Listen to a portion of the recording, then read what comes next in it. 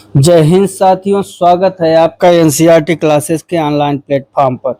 मित्रों, हम लोग UP TET, C TET, MP TET और अन्य प्रतियोगी परीक्षाओं से रिलेटेड प्रैक्टिस पेपर को हल करा रहे हैं। प्रैक्टिस पेपर में प्रतिदिन आपको नए सीरीज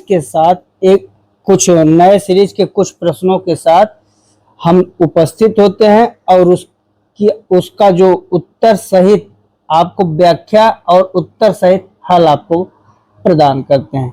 साथियों, आज हम लोग विज्ञान सीरीज के कुछ प्रश्नों को लेकर उपस्थित हुए हैं। चलिए इन प्रश्नों को देखते हैं।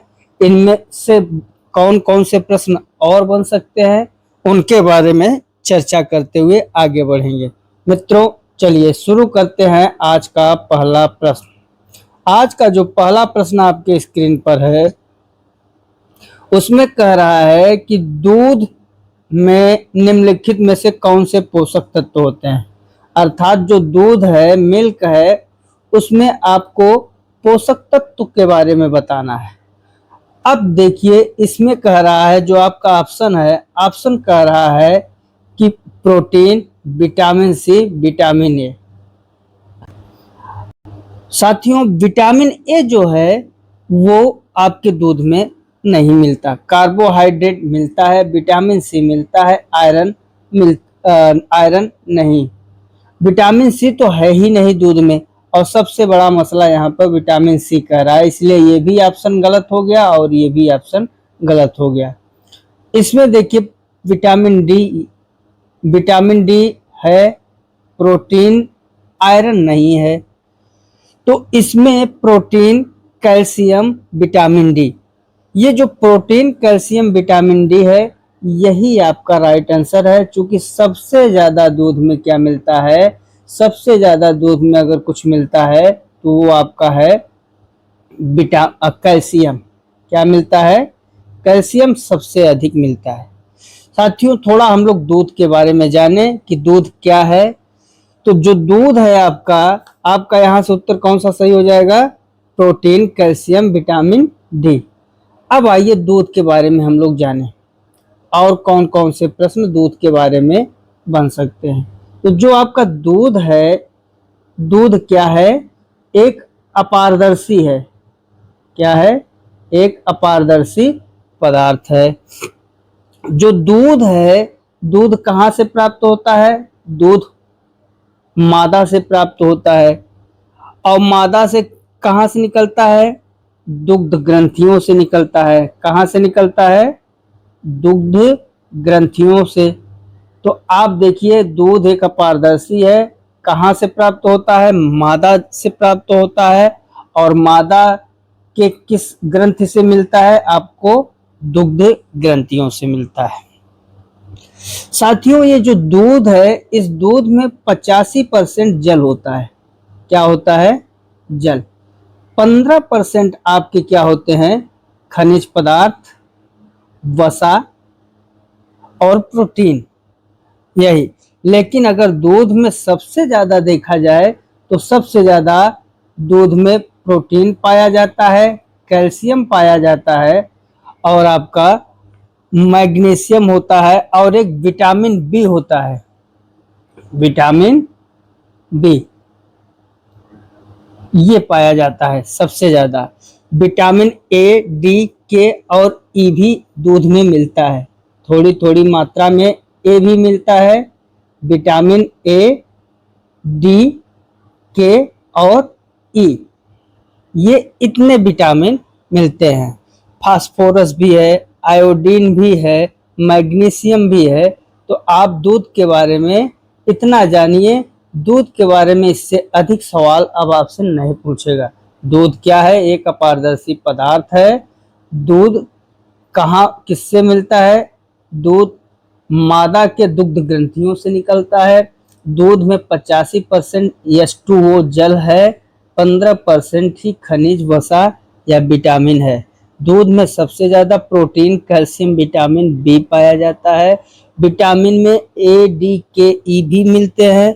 फास्फोरस भी मिलता है, मैग्नीशियम भी मिलता है। ये सब दूध में पाए जाते हैं। इसमें कई एंजाइम भी प्राप्त होते हैं, जो रक्त कोशिका भी हो सकती हैं।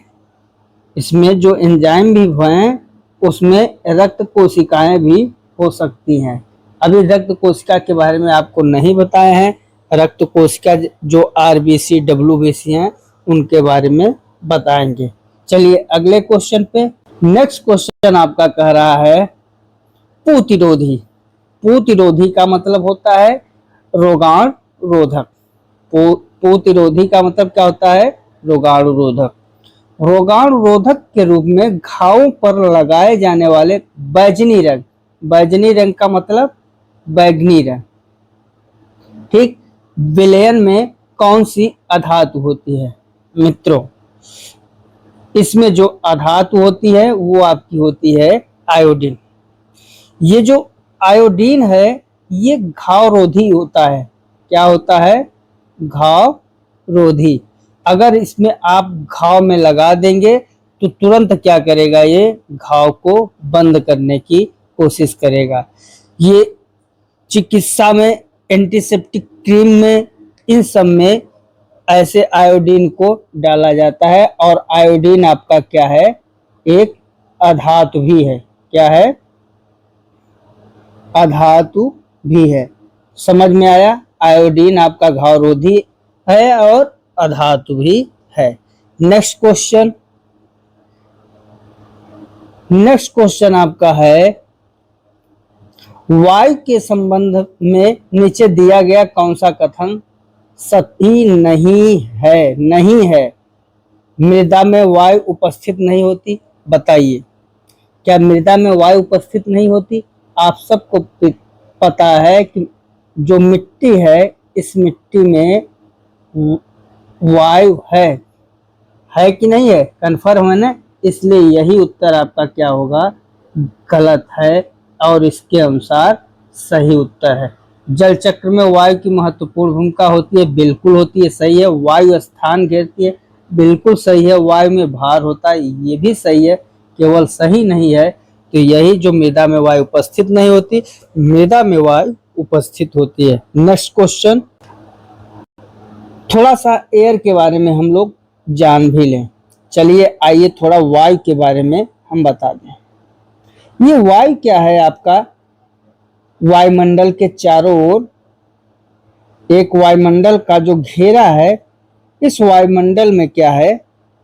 एक ऊंचाई तक आपकी वायु एयर है।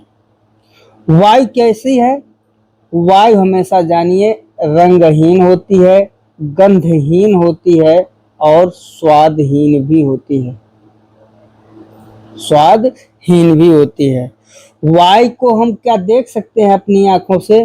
तो वायु कभी देखी नहीं जा सकती, कभी देखी नहीं जा सकती। ये सब हम लोग कभी देखी नहीं जा सकती। ये सब पॉइंट के तहत आप लोग जानते रहिए। शायद कभी प्रश्न यहाँ से भी दे देता है। वायु विभिन्न गैसों का मिश्रण है। क्योंकि इसमें हर एक प्रकार का मिश्रण होता है ना। वायु में ऑक्सीजन है, नाइट्रोजन है, कार्बन डाइऑक्साइड है, ये सब एयर में मिले हैं। आप सबको चूंकि जो वातावरण में प्राप्त गैस हैं उन सब में वायु है। अक्रिय गैसें भी हैं। अक्रिय गैस किन्हें कहते हैं? अक्रिय गैस जो किसी से कोई मतलब न रखे उसी को अक्रिय कहा जाता है। ठीक, तो ये वायु के बारे में है। ये जब जल चक्र होता है तो वायु की महत्वपूर्ण भूमिका होती है। वायु हमेशा जानिए स्थान घेरती ही है।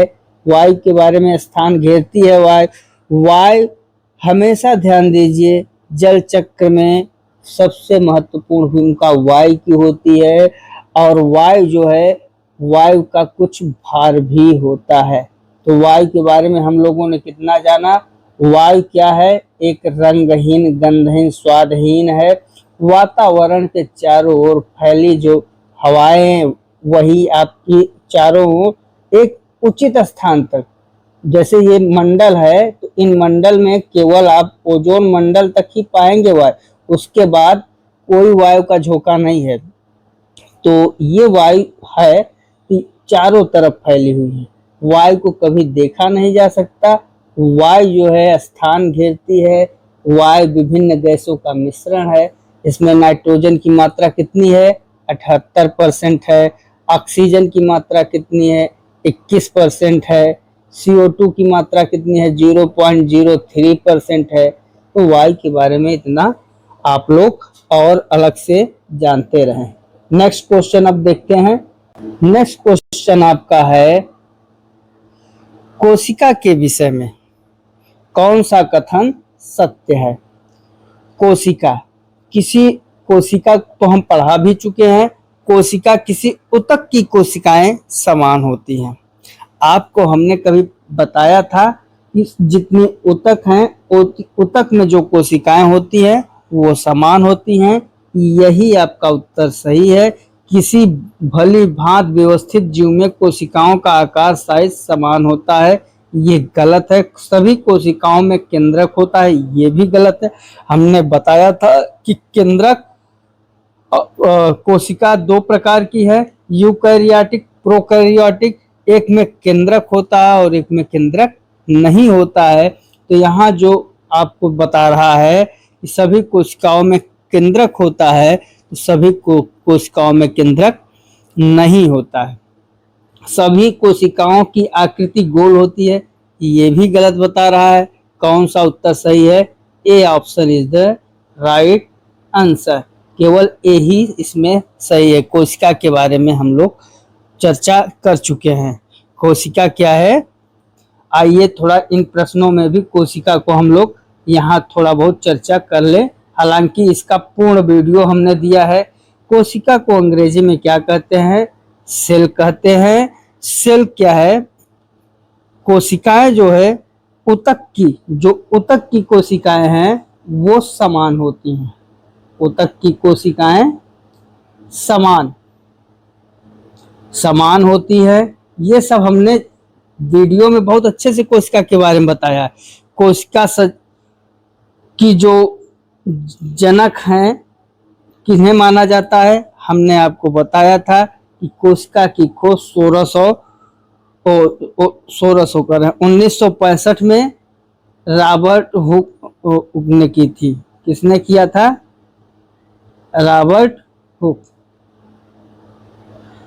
रॉबर्ट हुक नामक वैज्ञानिक ने किया था।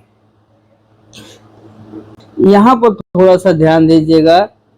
जो रॉबर्ट हुक हैं वो 1665 नहीं है, 1965 नहीं, 1665 है। थोड़ा इसको सुधारिएगा। रॉबर्ट हुक साहब ने 1665 में रॉबर्ट हुक ने किया था। लेकिन रॉबर्ट हुक जिस कोशिका की खोज की थी वो कोशिका क्या थी? मृत कोशिका थी। ध्यान दीजिएगा, मृत कोशिका का उन्होंने 1665 में अध्ययन किया और फिर उन्होंने देखा कि कोशिका जो है। लेकिन बाद में उन्हें पता चला कि ये कोशिका कैसी है? कोशिका मृत कोशिका है। ये जो सेल है, सेल शब्द लैटिन भाषा का शब्द है, इसको जानते रहिए। और लैटिन भाषा के सेलुला शब्द से बना हुआ है। किससे? सेलुला। और सेलुला का शब्द का अर्थ होता है छोटा सा कमरा, छोटा कमरा, ये होता है। बाद में स्लाइडेन और स्वान नामक जो वैज्ञानिक थे, ये एक जीव वैज्ञानिक हैं और एक वनस्पत वैज्ञानिक हैं, स्लाइडेन एवं स्वान। इन्होंने जीवित कोशिका की खोज की थी। ठीक, जीवित कोशिका की खोज की थी। कोशिका के बारे में इतना जानिए। और कोशिका का हमने वीडियो अच्छे से बताया है, उसमें जाके कोशिका के बारे में पूरा पढ़ लीजिए। नेक्स्ट क्वेश्चन आपके स्क्रीन पर है, वो है निम्नलिखित नखित में, इसमें थोड़ा सा मिस्टेक है। निम्नलिखित में से कौन सा प्रदूषक ओजोन परत के अपक्षय के लिए उत्तरदायी है? इसमें आपको ओजोन परत के लिए कौन सा प्रदूषक अपक्षय के लिए उत्तरदायी है? तो सबसे ज्यादा ओजोन परत हमने बताया होगा, नहीं बताया है तो ओजोन परत सबसे ज्यादा नुकसान करता है ओजोन परत को, तो CFC। CFC क्या है? क्लोरोफ्लोरोकार्बन, और इसको हम लोग शॉर्ट में CFC कहते हैं। ये क्लोरोफ्लोरोकार्बन कहाँ से प्राप्त होता है? तो ये क्लोरोफ्लोरोकार्बन आज जो गैसें चल रही हैं, फ्रिज हम लोग चला रहे हैं, AC चला रहे हैं, इन्हीं से निकलता है और निकल के ओजोन परत को क्या कर रहा है? नष्ट कर रहा है। तो कौन सा उत्तर सही है? क्लोरोफ्लोरोकार्बन सबसे ज्यादा ओजोन परत के अपक्षय के लिए उत्तरदायी है। नेक्स्ट क्वेश्चन चलिए देखते हैं। नेक्स्ट क्वेश्चन है, निम्नलिखित में से कौन सा समुच्चय संचारी रोगों को निरूपित करता है? आपको इसमें बताना है संचारी रोगों के बारे में। तो संचारी रोग क्या है?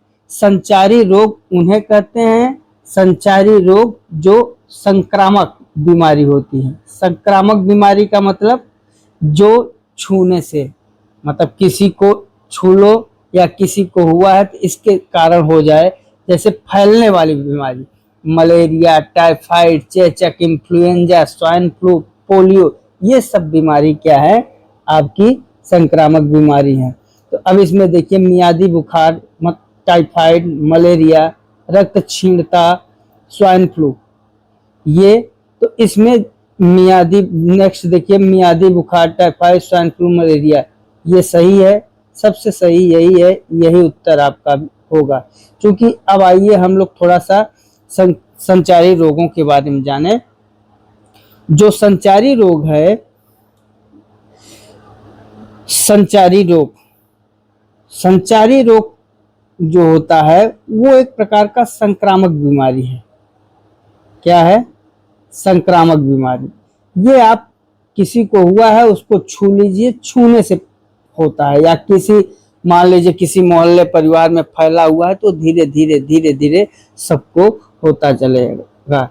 ठीक, तो ये इनके जो रोगाणु है, रोगाण कारक, मतलब किनके कारण फैलता है, तो वो कारक कौन है? जैसे प्रोटोजोआ हुआ, कवक हुआ, इन सब के कारण ये फैलता है संचारी। जीवाणु हुआ, वायरस, कहते हैं ना वायरल फीवर चल रहा है तो वायरस हुआ, ये इनके कारण है। इनमें क्या है, एक शरीर से दूसरे शरीर में बड़े आसानी से फैल जाते हैं। अगर आपके घर में किसी को जुकाम हुआ हो और वो जुकाम फिर धीरे धीरे पूरे परिवार को हो जाता है, तो क्या है? वायरस है। तो वायरस जो होता है ये सब क्या है? इनके कारक हैं। और इनसे फैलने वाले जो रोग हैं उनमें कौन कौन से हैं? मलेरिया है, टाइफाइड है, स्वाइन फ्लू है, स्वाइन फ्लू, उसके बाद चेचक है, चेचक, इन्फ्लुएंजा भी होता है, पोलियो भी होता है। ये सब बीमारी फैलती है किसके कारण? संक्रामक बीमारी, संचारी रोग में। तो चलिए अगला क्वेश्चन हम लोग देखते हैं। नेक्स्ट क्वेश्चन क्या कह रहा है, निम्नलिखित में से क्या एक विज्ञान की प्रकृति के संदर्भ में सही नहीं है? ये जो विज्ञान की प्रकृति है मित्रों, विज्ञान की प्रकृति क्या है? विज्ञान की प्रकृति स्थिर कभी नहीं होती। इसमें देखिए विज्ञान हमेशा अस्थायी है, ये सही है। विज्ञान संदेश वाहक को बढ़ावा देता है, सही है। विज्ञान एक ज्ञान की रचना की प्रक्रिया है, सही है। लेकिन विज्ञान की जो प्रकृति है वो कभी मतलब स्थिर नहीं हो सकती। प्रश्न के अनुसार D is the right answer. आइए थोड़ा सा हम लोग विज्ञान के बारे में जानें। साथियों, अगर आप समझिए और अपने से सोचिए, अगर हम विज्ञान की जो प्रकृति है अर्थात जो इसका नेचर है, अगर उस नेचर को अगर हम स्थिर कर देंगे तो फिर कोई खोज होगा क्या? कभी नहीं हो सकता। आज हम लोग S24 अल्ट्रा लेंगे या एप्पल का कोई सेट लेंगे और कल देखेंगे कि S25 ultra, S24 pro, S23, तो मतलब ये मार्केट में उसका मतलब प्रचार होता रहेगा। तो अगर हम जो विज्ञान है उस विज्ञान को स्थायी कर देंगे तो आगामी सोच हमारी क्या हो जाएगी, स्थिर हो जाएगी। और सोच कभी स्थिर हो गई तो फिर हम आगे हमारा देश या हम अपने आप को विकास नहीं कर सकते अपना। तो इसलिए विज्ञान की कंडीशन हमेशा अस्थायी होती है। विज्ञान संदेश वाहक को बढ़ाता है। अब सोचिए पहले क्या था, पहले मजदूर काम करते थे, मजदूर से विज्ञान की देन से मशीनें बनी। अब जो मजदूर 400 मजदूर 4 महीने में काम कर रहे हैं, मशीनें वो काम एक दिन में कर रही हैं और एक दिन भी पूरा समय नहीं लग रहा है। फिर देखिए रोबोट बना, इंसान कैसे, विज्ञान अस्थाई है कि अस्थाई, इसकी चर्चा हो रही। अब आप समझिए अगर मैं यहाँ मशीनें तक में स्थायी कर देता विज्ञान को, तो क्या रोबोट बन पाता? कभी नहीं बन पाता। इसलिए विज्ञान का जो नेचर है, प्रकृति है, वो स्थिर नहीं है। विकल्प में डी आंसर आपका सही उत्तर है। नेक्स्ट क्वेश्चन देखिए। नेक्स्ट क्वेश्चन कह रहा है निम्नलिखित में से किसका विकास विज्ञान के द्वारा होता है? आप बताइए। निष्पक्षता, वैज्ञानिक दृष्टिकोण, वैज्ञानिक स्वभाव, अस्थाई मानस, या फिर और एक विकल्प और है उसको भी देख लीजिए। आपका जो विकल्प है B C D, A B C, C और डी, ए और डी। अब आपको इसमें से उत्तर बताना है। आप बताइए कि जो विज्ञान है, इस विज्ञान से आप क्या बढ़ाएंगे? अपने दिमाग में सोचिए। तो इस विज्ञान से आप अपने माइंड में क्लियरिटी लाएंगे, स्पष्टता लाएंगे कि नहीं? कोई बात है उसको आप प्रूव करके क्लियर कर देंगे, स्पष्ट हो जाएंगे। तो विज्ञान हमेशा किसका पक्षधर है? निष्पक्षता का पक्षधर है। वैज्ञानिक दृष्टिकोण को विज्ञान हमेशा बढ़ाएगा। वैज्ञानिक दृष्टिकोण बढ़ेगा तो 100% श्योर है जब वैज्ञानिक स्वभाव होगा तभी तो वैज्ञानिक दृष्टिकोण पैदा होगा। अस्थाई मानस प्रवृत्ति, ये जीवन में विज्ञान चाहता नहीं, इसलिए ये गलत है। ए बी सी जिस विकल्प में हो वही विकल्प। अभी इसके पहले ही हम लोगों ने सवाल को हल किया, उसमें साफ साफ लिखा है कि विज्ञान की प्रकृति स्थिर नहीं हो सकती। और यहाँ स्थिर स्थायी कह रहा है, कहाँ से स्थायी प्रवृत्ति होगी विज्ञान की? तो विज्ञान निष्पक्षता को सही कह रहा है, वैज्ञानिक दृष्टिकोण भी बढ़ाएगा। जब वैज्ञानिक दृष्टिकोण होगा तभी तो आपके अंदर वैज्ञानिक सोच, समझने की क्षमता, वैज्ञानिक स्वभाव और क्लियरिटी होगी। इसलिए ए बी सी अर्थात B option is the right answer. Next question देखते हैं। नेक्स्ट क्वेश्चन क्या कह रहा है? एक विज्ञान शिक्षक की भूमिका होनी चाहिए। जो एक विज्ञान शिक्षक है, ये शायद शिक्षण से रिलेटेड प्रश्न है, इसको पढ़िए पूरा। जो विज्ञान शिक्षक है उसकी क्या भूमिका होनी चाहिए? शिक्षण का प्रश्न हल करते समय एक चीज ध्यान दीजिएगा कि बच्चे, जो आपके बच्चे हैं या अर्थात आप जिसको पढ़ाएंगे, उन बच्चे को ध्यान में रखकर उत्तर देना ही सबसे अच्छा उत्तर माना जाता है शिक्षण में। तो चलिए शुरू करते हैं शिक्षण का पहला सवाल। इसमें कह रहा है कि एक विज्ञान शिक्षक की क्या भूमिका होनी चाहिए। हर एक विकल्प को पढ़िए, फिर मैं आपको उत्तर बता रहा हूँ। छात्रों को उत्पाद आधारित शिक्षण अधिगम पर्यावरण प्रदान करना। यहाँ पर छात्रों को उत्पाद आधारित कह रहा है, उत्पाद आधारित पर्यावरण आधारित शिक्षण अधिगम पर्यावरण प्रदान करना। चलिए दूसरा पढ़िए। सृजनात्मक विचारों को रटने के अभ्यास। रटने की बात जहां आ जाए तुरंत आराम से उसको कट कर दीजिए। ये कभी जीवन में हो ही नहीं सकता कि एक टीचर, अच्छा टीचर किसी को रटना सिखाए, किसी भी अपने स्टूडेंट को रटना सिखाए। रटने को ही पकड़िए और रटने से ही आपका ये उत्तर गलत हो गया। उच्च संज्ञानात्मक क्षमताओं वाले प्रश्नों के निर्माण के लिए सभी छात्रों को प्रेरित करना। थोड़ा थोड़ा सही लग रहा है, लेकिन और चौथा भी पढ़ लीजिए, क्योंकि इसमें चौथा क्या है, छात्रों को प्रचुर विभिन्न सीखने के अनुभव प्रदान करना।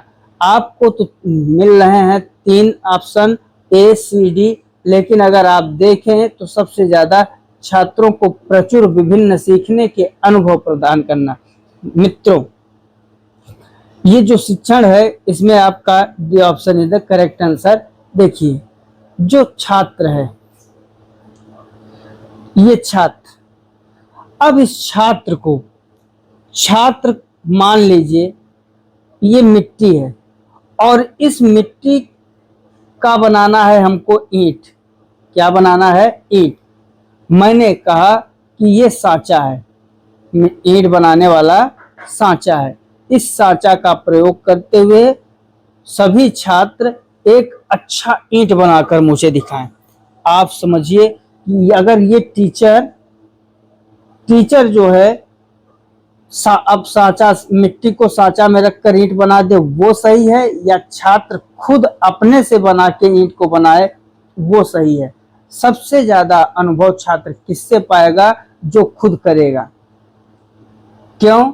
क्योंकि आप अपनी कमियों को अगर एक बार में अगर आप अपने से कर रहे हैं तो हर बार आप एक न एक कमी अपनी पकड़ेंगे।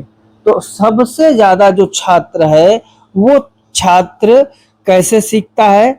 अपनी कमियों को, मतलब अगर हम उसे सीखने के लिए अनुभव छात्रों को प्रदान करें तो अपने से करें तो सबसे ज्यादा छात्र सीखता है। किससे?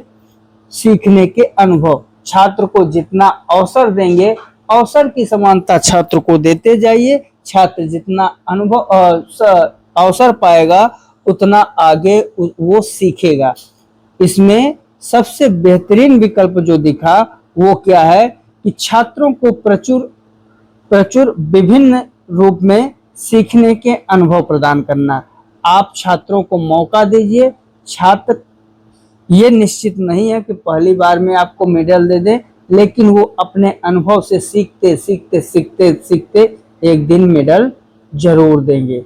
इसलिए सबसे अच्छा क्या होता है? छात्रों को अनुभव के लिए, सीखने के लिए अनुभव प्रदान करना। नेक्स्ट क्वेश्चन कह रहा है आपका, राष्ट्रीय पाठ्यचर्या 2005 के अनुसार एक अच्छी विज्ञान शिक्षा, ये एएनसीएफ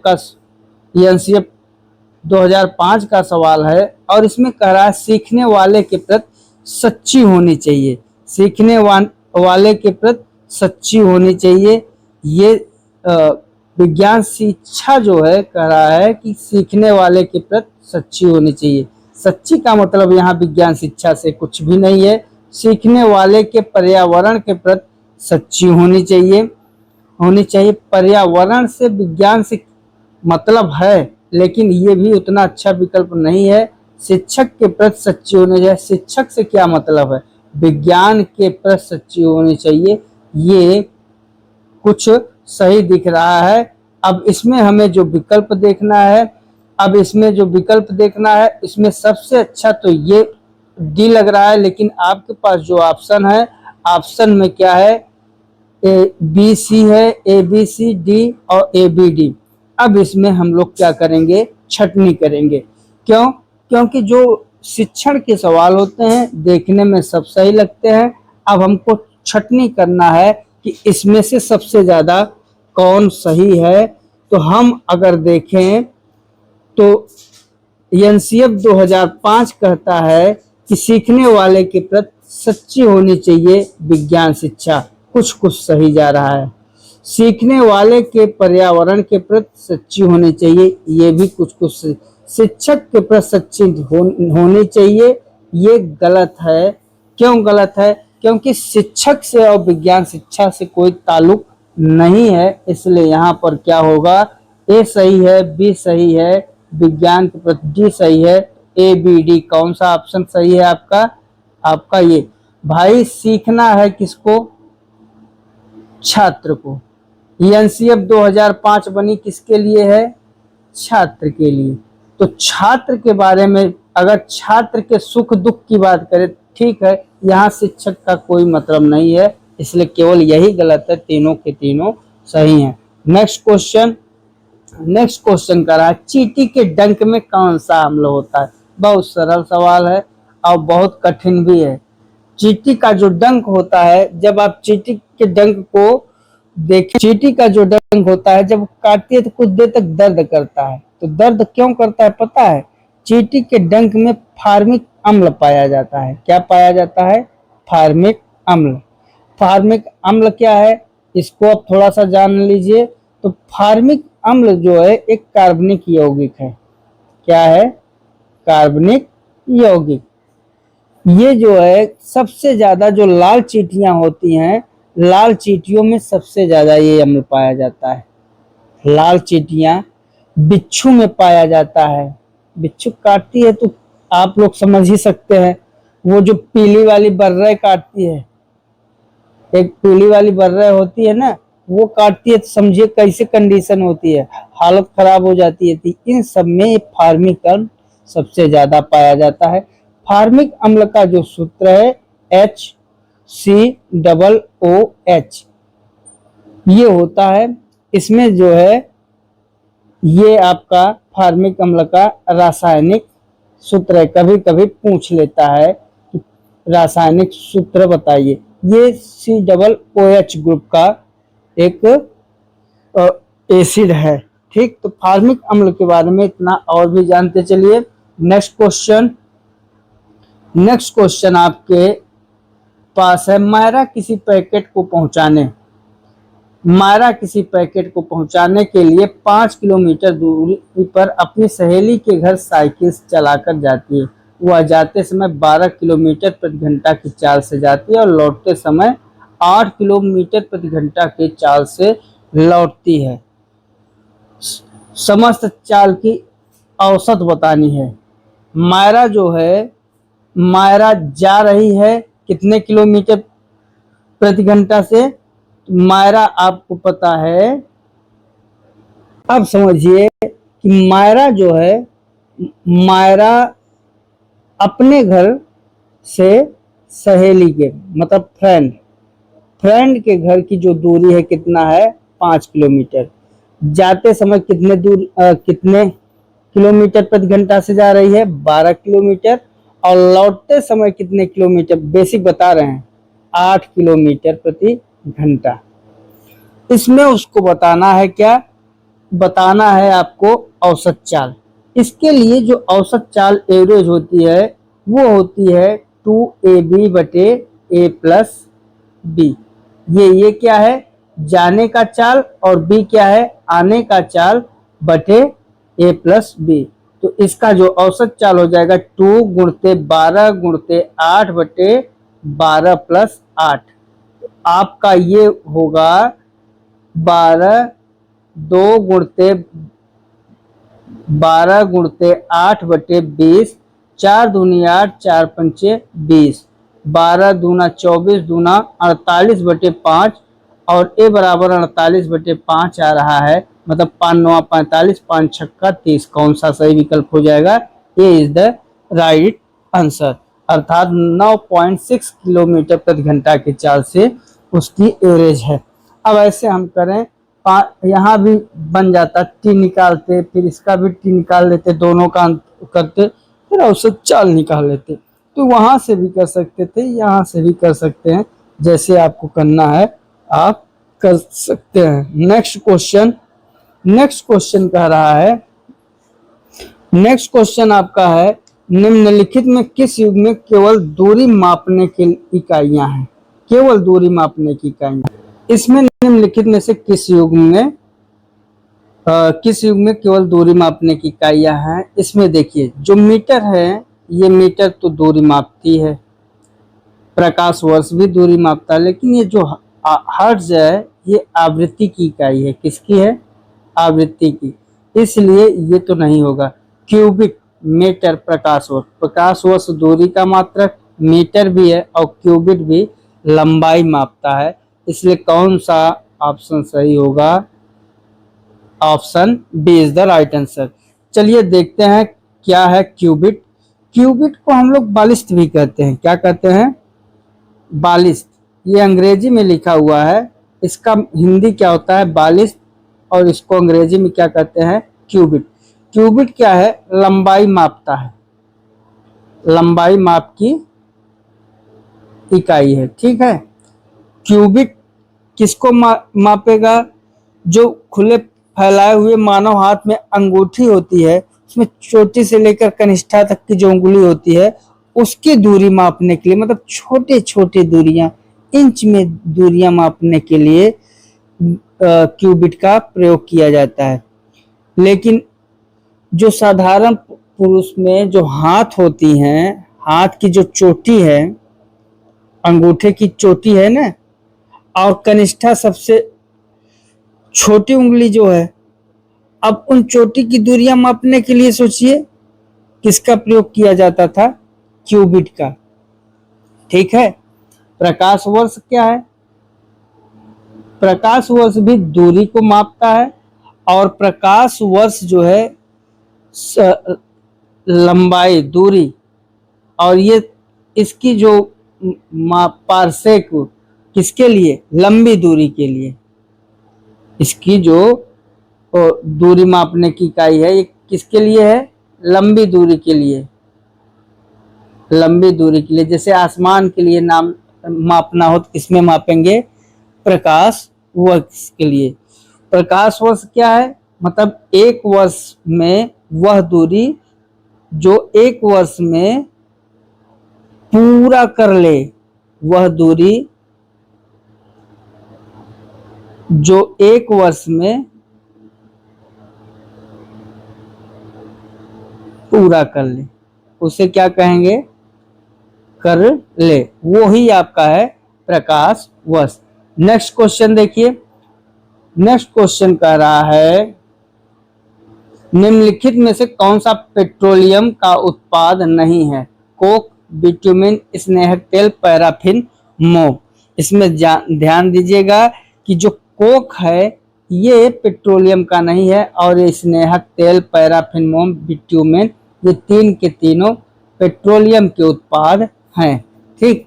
ये जो आपका कोक है, कोक किससे तैयार होता है? कोयले से। किससे तैयार होता है?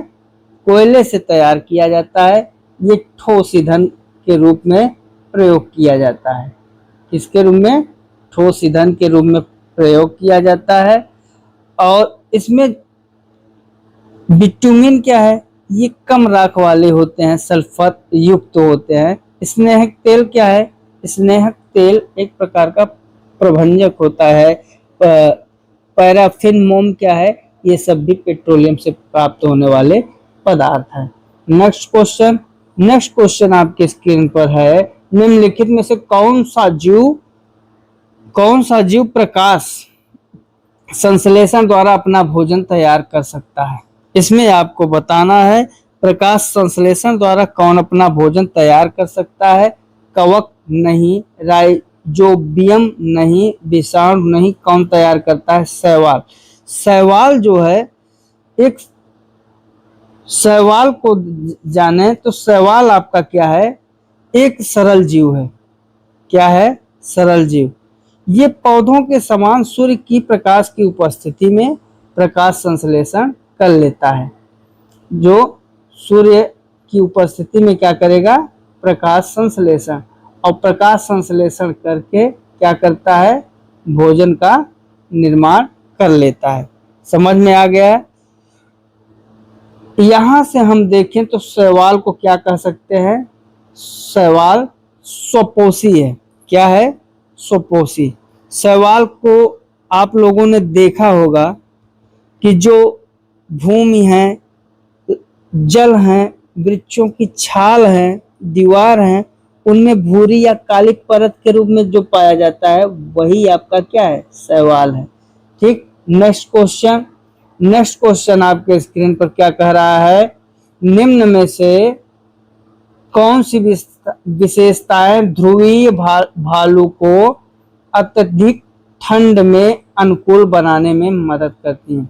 जो ध्रुवीय भालू होते हैं उनमें कौन सी विशेषता होती है जो कि उन्हें क्या करती है, ठंड लगने से बचाती है, या अर्थात ठंड में रहने से बचाती है?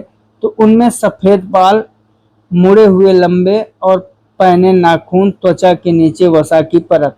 सफेद बाल, चपटे पैर, चपटे तो पैर उनके होते ही नहीं, मुड़े हुए लंबे पैर होते हैं। यही ऑप्शन सही है आपका, कौन सा? ए। जो ध्रुवी भालू होते हैं इनको उर्सुस मार्टिमस कहा जाता है। ध्रुवी भालू को क्या कहा जाता है? ध्रुवी भालू को उर्सुस मार्टिमस, उर्सुस मार्टिमस कहा जाता है। ठीक है, मार्टिमस कहा जाता है। ये सबसे ज्यादा आर्कटिक महासागर में पाए जाते हैं। कहाँ? आर्कटिक महासागर में। ठीक है, और जो समुद्र होगा समुद्री क्षेत्र में सबसे ज्यादा पाए जाते हैं। और इनका जो पैर होता है वो लंबा होता है, मुड़े हुए होता है। इनके पैने नाखून होते हैं, पैने नाखून होंगे। त्वचा के नीचे वसा पाई जाती है। ठीक, वसा पाई जाती है। तो ये सब इनके क्या हैं? लक्षण हैं। इसलिए कौन सा उत्तर सही है? ए, सफेद बाल।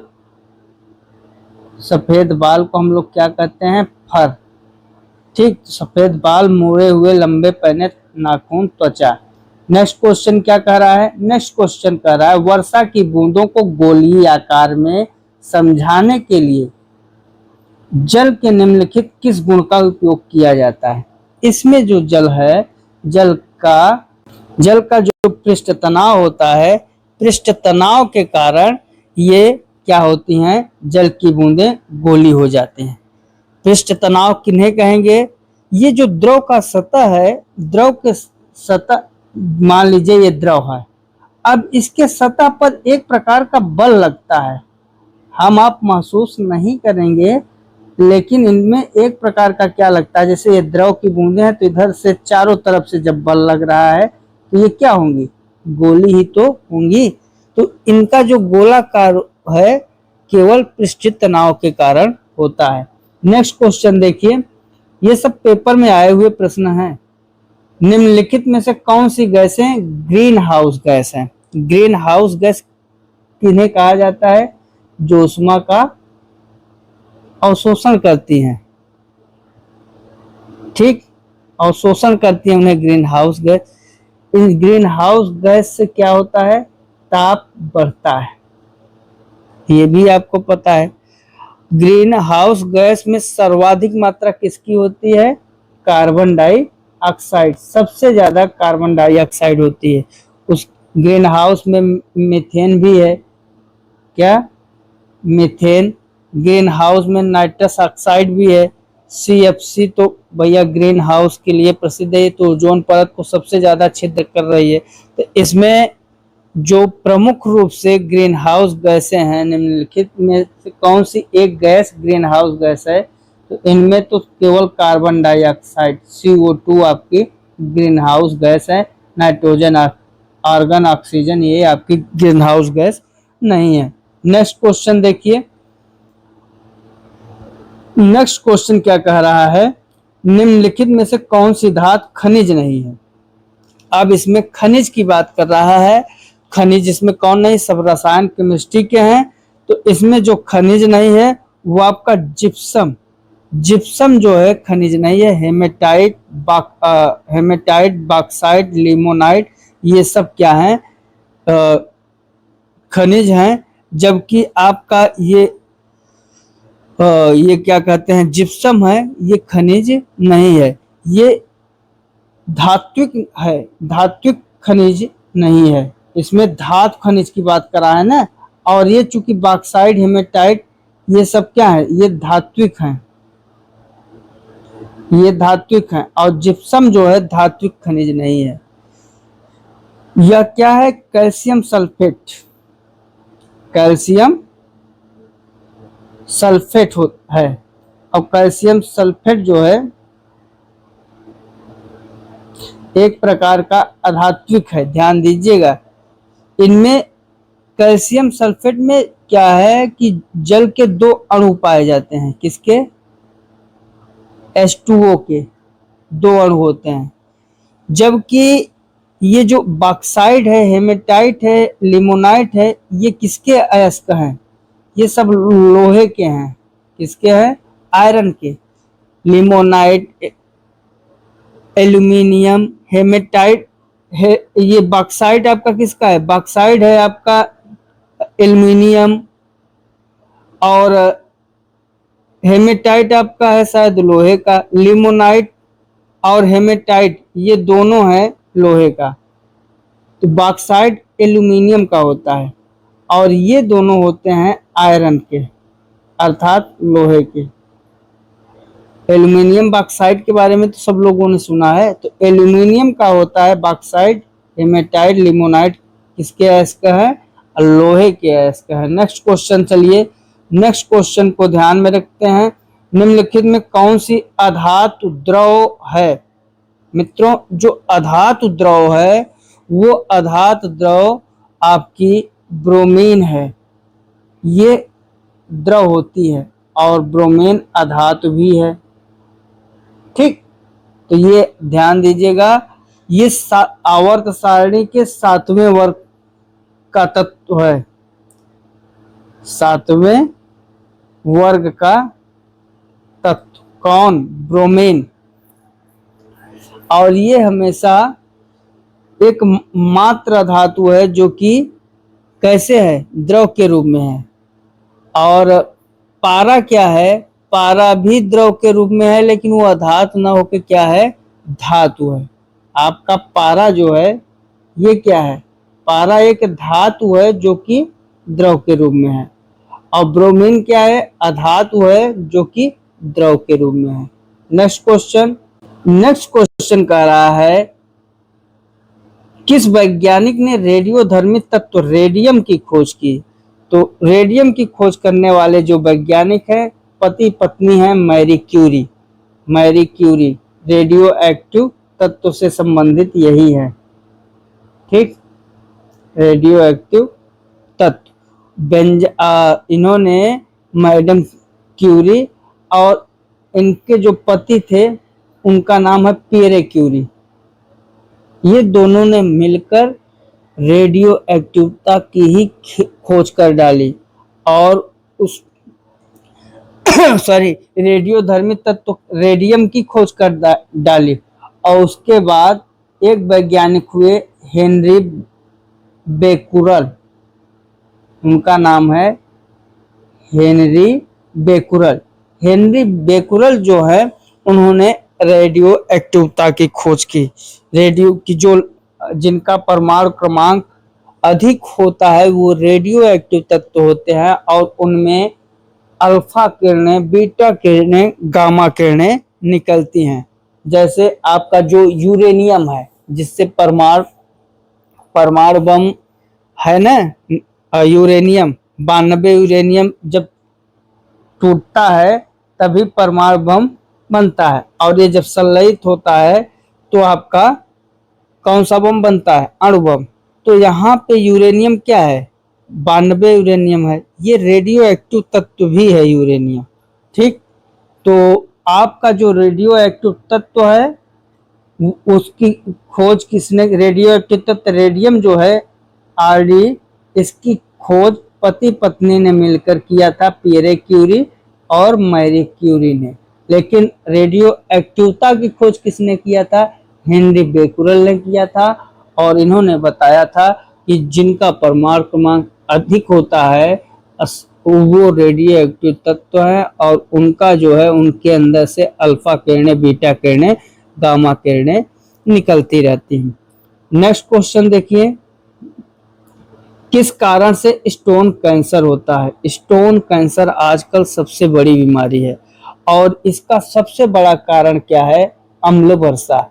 ये जो अम्ल वर्षा है ये स्टोन कैंसर का, आप देखेंगे कि जो आगरा का जो ताजमहल है उस पर भी स्टोन पत्थर की स्टोन कैंसर की शिकायत हो गई थी। ये क्या है? मूर्तियों पे पत्थरों पे जो धूल जम जाते हैं, गंदगी जम जाती है, वो जब पानी बरसता है तो पानी के साथ क्रिया करके क्या हो जाते हैं, उन पर एक सल्फेट या नाइट्रेट या फ्लोराइड या इन सब का निर्माण करते हैं और इन सब के निर्माण करके उनकी क्षति उनको पहुंचाते हैं, एक प्रकार से कहें तो उनको नष्ट करते हैं। जो मूर्तियां होती हैं, जैसे आगरा का ताजमहल देखिए सफेद संगमरमर से बना है, अब इस पे मिट्टी के धूल चारों ओर से आ रहे हैं। जब मिट्टी के धूल चारों तरफ से आ रहे हैं, अब पानी बरसा, जब पानी बरसा तो इन्होंने क्या कर दिया? रिएक्शन कर दिया। जब इन्होंने क्रिया किया तो क्रिया करके ये क्या कर रहे हैं? उसको धूमिल कर रहे हैं ना, जहां सफेद संगमरमर है वहां धब्बा दिखने लगेगा, तो इसका इसी को कहते हैं स्टोन कैंसर। ये क्या कर रहे हैं? जो मूर्तियां हैं, अच्छे अच्छे चीज हैं, उनमें अम्ल वर्षा यानी पानी के साथ क्रिया करके, अब जिसको हम लोग अम्ल वर्षा करते हैं, वो मूर्तियों को नुकसान पहुंचा रहे हैं, पत्थरों को नुकसान पहुंचा रहे हैं, तो वही आपका स्टोन कैंसर हुआ। सबसे ज्यादा अम्ल वर्षा के कारण होता है। नेक्स्ट क्वेश्चन देखें। नेक्स्ट क्वेश्चन है ब्राइन क्या है? बहुत ही अच्छा सवाल। ब्राइन जो है एक प्रकार का संतृप्त विलयन है, किसका? NaCl का। कौन सा उत्तर सही है आपका? NaCl का संतृप्त विलयन। ठीक, नेक्स्ट क्वेश्चन। अब चूंकि आप नहीं समझ पाएंगे संतृप्त विलयन, इसलिए इसकी व्याख्या अभी हम नहीं करेंगे। विलयन को हम सॉल्यूशन को जब पढ़ाएंगे तो वहां पे हम बताएंगे कि संतृप्त असंतृप्त विलयन क्या होते हैं। ये थोड़ा उच्च सांद्रता है इनकी, इसलिए ये संतृप्त विलयन है। Next question. Next question next question जो कह रहा है, हरे फलों को कृत्रिम रूप से पकाने हेतु प्रयुक्त गैस। जो हरे फल हैं उनको कृत्रिम ढंग से पकाने के लिए किसका प्रयोग किया जा रहा है आजकल? एसिटिलीन का किया जा रहा है। एसिटिलीन क्या है? इससे आप कृत्रिम ढंग से, आर्टिफिशियल ढंग से इनको पका सकते हैं हरे फलों को। अगर प्राकृतिक रूप से फल को पकाना है तो वो किससे पकाएंगे? तब एथिलीन हो जाएगा। तो नेक्स्ट क्वेश्चन। नेक्स्ट क्वेश्चन कर रहा है वायु में नाइट्रोजन गैस का प्रतिशत 78 के समथिंग है, इसलिए कौन सा उत्तर सही है आपका? नाइट्रोजन कितना है? 78%। ऑक्सीजन कितना है? 21%। CO2 कितना है? 0.03%। बाकी सब मिश्रण इस अब यही जोड़ेंगे तो यही आ जाएगा 7 2 9 8 9 99.0003 आ जाएगा। अब जो 0.7 कुछ बच रहा है उसी में सारे गैस हैं तत्व। Next question. नेक्स्ट क्वेश्चन कर रहा है ओजोन क्या है? ऑक्सीजन का एक यौगिक है, ऑक्सीजन का एक अपरूप है। बहुत ही बढ़िया सवाल है। ऑक्सीजन का एक समावयव है, ऑक्सीजन का समस्थानिक है। तो न तो ये ऑक्सीजन का समस्थानिक है न यौगिक है, ऑक्सीजन का एक अपरूप है जिसे हम लोग क्या कहते हैं? ओजोन कहते हैं। क्या कहते हैं? ओजोन। आजकल CFC एक गैस होती है जिसे क्लोरोफ्लोरोकार्बन कहा जाता है, सबसे ज्यादा ओजोन को नष्ट कर रही है। ओजोन क्या करता है? ओजोन जो पराबैंगनिक किरणें हैं, जो आसमान से पराबैंगनिक किरणें, एक प्रकार का देखिए जैसे ये समताप मंडल है। अब समताप मंडल के ऊपर हल्का सा ओजोन मंडल है। छोटे परीक्षाओं में तो समताप मंडल में ही ओजोन परत को मान लिया जाता है, लेकिन आप बड़े परीक्षाओं में समताप मंडल में ओजोन परत को नहीं मानते, क्योंकि वो थोड़ा सा ऊपर करके है। अब देखिए जो ओजोन परत है ये पराबैंगनी किरणें, गामा किरणें, बीटा किरणें, अल्फा किरणें, जैसे भी किरणें आ रही हैं और रक्त किरणें, उन सब किरणों से ये रक्षा करता है। लेकिन जो CFC है, CFC जो कि आपके फ्रिज, कूलर और इन सब से चलकर CFC यहाँ से जा रही है, कहाँ से, पृथ्वी से ऊपर जा रही है। तो ये क्या करती है, ये करती है जगह जगह पर ओजोन को छिद्रित कर दे रही है। अब समझिए, जब इनको छिद्रित कर दे रही है, अब यहाँ से घुस आएंगी आपकी किरणें पराबैंगनी। जब पराबैंगनी किरणें पृथ्वी पर आ गई तो क्या करेंगी, तबाही ही मचाएंगी, सबको बीमार करेंगी, तापमान बढ़ेगा। तो ये तबाही ही मचाती हैं। चूंकि ये किरणें आ जाती हैं, कुछ तो वापस चली गई और जो वापस नहीं जा पाई वो अन्य प्रकार की बीमारी आपके वातावरण में फैला देती है। नेक्स्ट क्वेश्चन क्या कह रहा है, 4, 10 और 20 ओम के प्रतिरोध के समांतर समूह में को 15 वोल्ट की बैटरी से जोड़ा जाता है। परपथ में धारा होगी। देखिए, जब किसी प्रतिरोध को समांतर क्रम में जोड़ेंगे तो उसमें जो सूत्र है 1/R बराबर होता है 1/R1 प्लस 1/R2 1/R3। चूंकि यहाँ 3 प्रतिरोध जुड़े हैं तो हम एक एक करके लिख लेंगे। और 15 वोल्ट की जो बैटरी है उससे जोड़ा जा रहा है। आपको पता है कि V बराबर IR, ये फार्मूला होता है।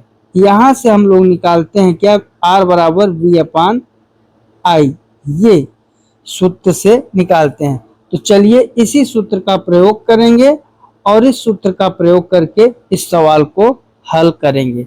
इसके लिए हमारे पास जो R1 है 4 है, R2 10 है, R3 20 है, V का मान कितना है, 15 वोल्ट की बैटरी से जोड़ा जा रहा है तो 15 वोल्ट की बैटरी है। हमको बताना क्या है, I का मान बताना है। किसका मान बताना है, I का मान। तो पहले हम क्या करें, I का मान V बराबर IR से I का मान बताना है तो I बराबर क्या हो जाएगा, V/R, यही होगा। V तो हमें पता है 15, लेकिन R अभी यहाँ से हम निकाल लेंगे इस सूत्र से R, तो R भी पता हो जाएगा तो I का मान निकल आएगा एम्पियर में। ठीक, चलिए अब हम लोग इसको हल करते हैं। तो आपके पास सारे सूत्र हो गए। आपको 2 सूत्रों को लेकर चलना है। हम थोड़ा सा बड़ा यहाँ स्क्रीन पे दिखा रहे हैं, देखिए। आपके पास R1 बराबर 4, R2 बराबर 10, R3 बराबर 20। तो R की वैल्यू निकालना है। चूंकि V बराबर IR होता है, जब आप V का मान आपको पता है, V बराबर कितना है, 15 वोल्ट। कितना है, 15 वोल्ट। अब R की वैल्यू निकल जाए, I की वैल्यू आपको निकालना है, I की वैल्यू। तो 1/R बराबर आप लोग क्या करेंगे, 1/R1 सूत्र से 1/4, 1/10, 1/20 आपने किया। सबका एलसीएम लेंगे तो 20 आएगा। 4 पंचे 20, 5 10 दूना 20 और 1 5 2 7 1 8, 8/20 का मतलब 4 दूनी 8, 4 पंचे 20। तो कितना हो गया, 1/R की वैल्यू कितना आ गई, 2/5। तो R की वैल्यू कितना हो जाएगी, जस्ट अपोजिट, 5/2। तो ये आपको मिल गया R की वैल्यू।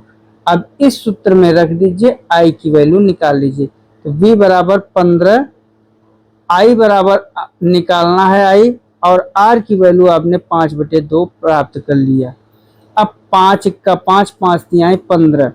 तो I बराबर जो आपको मिला, 2 का तिर्यक गुणा करेंगे, 3 दूनी 6 एम्पियर। ठीक, तो कौन सा उत्तर सही होगा, बी विकल्प सही होगा। हमने R1, R2, R3 ये दोनों, ये समांतर प्रतिरोध से लगाने का सूत्र है ये वाला, और ये क्या है, ओम के नियम का पालन कर रहा है। नेक्स्ट क्वेश्चन देखिए।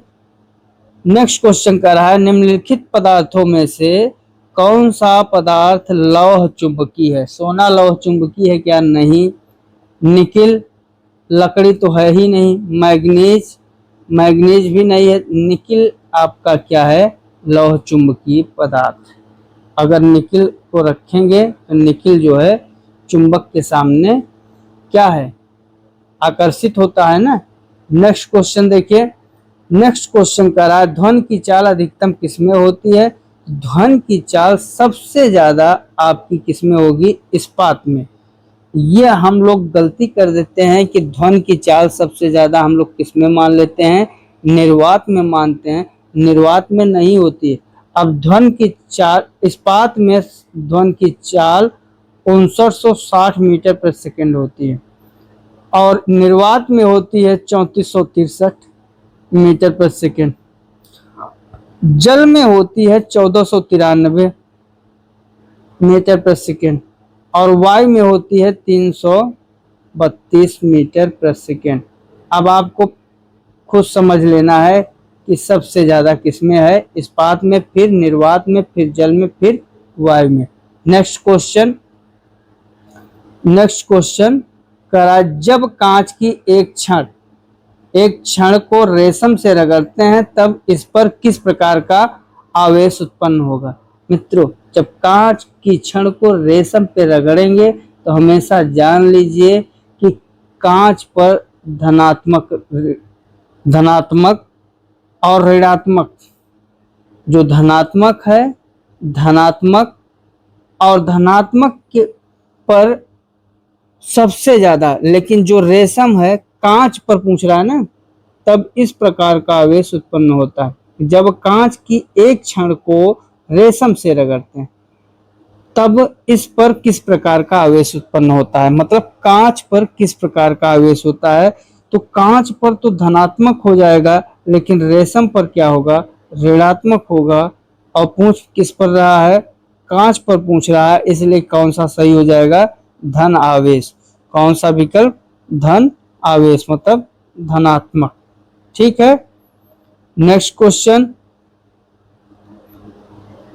एक घूमते, इसमें जो सवाल कह रहा है, क्या कह रहा है कि एक घूमते हुए समतल दर्पण पर आपतित किरण 60 डिग्री का कोण बनाती है। परावर्तन कोण क्या होगा?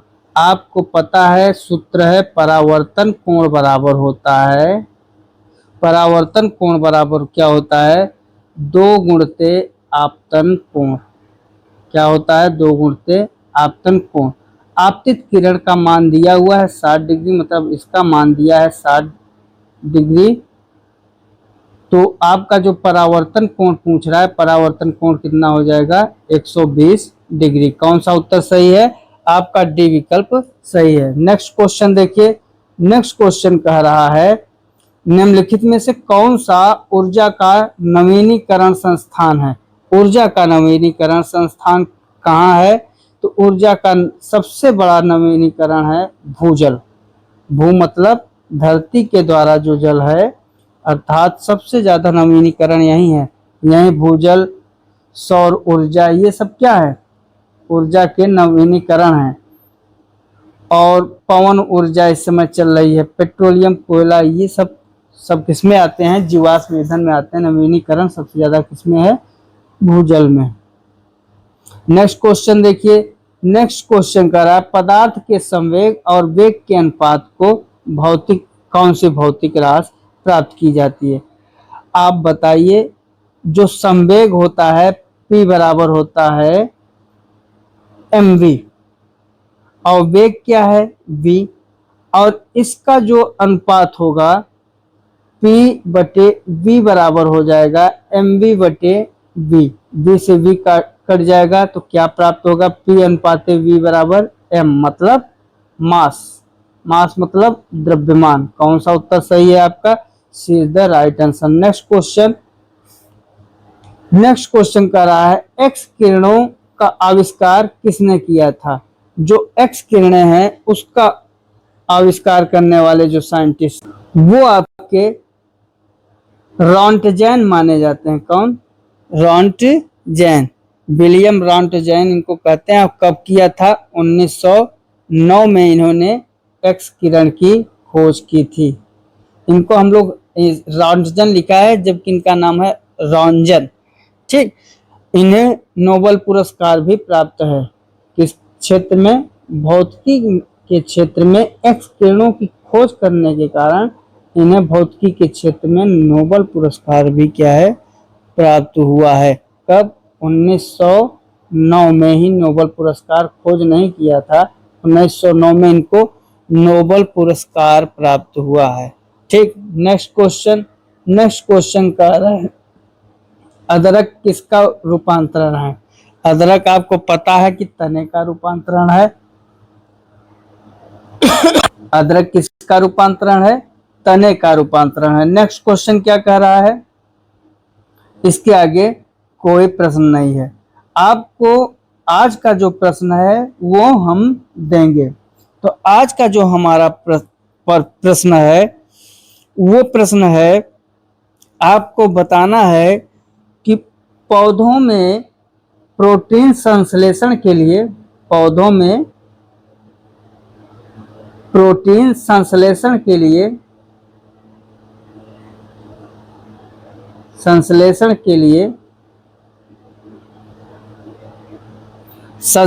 के लिए अनिवार्य तत्व कौन है? अनिवार्य तत्व कौन सा है? विकल्प क्या है? ए, बी, सी, डी। इनमें से आपको उत्तर बताना है। जो आज इस उत्तर को बताएगा उसका हम कल वीडियो में नाम लेंगे। ठीक है, तो आप लोग सब उत्तर बताइएगा इसका। मैग्नीशियम Mg, उसके बाद कॉपर Cu, नाइट्रोजन N और लोहा आयरन। इसमें से एक उत्तर सही होगा। उस उत्तर को आपको बताना है पौधे में प्रोटीन संश्लेषण के लिए अनिवार्य तत्व कौन सा है। साथियों कल हम लोग जो एक प्रश्न दिए थे प्रत्यय में प्रश्न दिए थे कि मित्रता में कौन सा प्रत्यय है, और उसका सबसे पहले सटीक जवाब रामू भाई साहब ने दिया हुआ है, जो कि एकदम सही जवाब उन्होंने दिया है। मित्रता में ता प्रत्यय है। कौन सा प्रत्यय है? ता प्रत्यय है। बहुत बहुत धन्यवाद रामू सर के लिए। आप लोग भी उत्तर दीजिए। सब लोगों का हम अगले वीडियो में जैसे ही अपलोड करेंगे उनका नाम लेते रहेंगे। आपके लिए बहुत बहुत धन्यवाद। आज के प्रश्न का सही जवाब आप लोग कमेंट बॉक्स में जरूर लिखिएगा। तो साथियों आज बस यहीं तक, मिलते हैं अगले वीडियो में। तब तक के लिए जय हिंद, जय भारत, वंदे मातरम।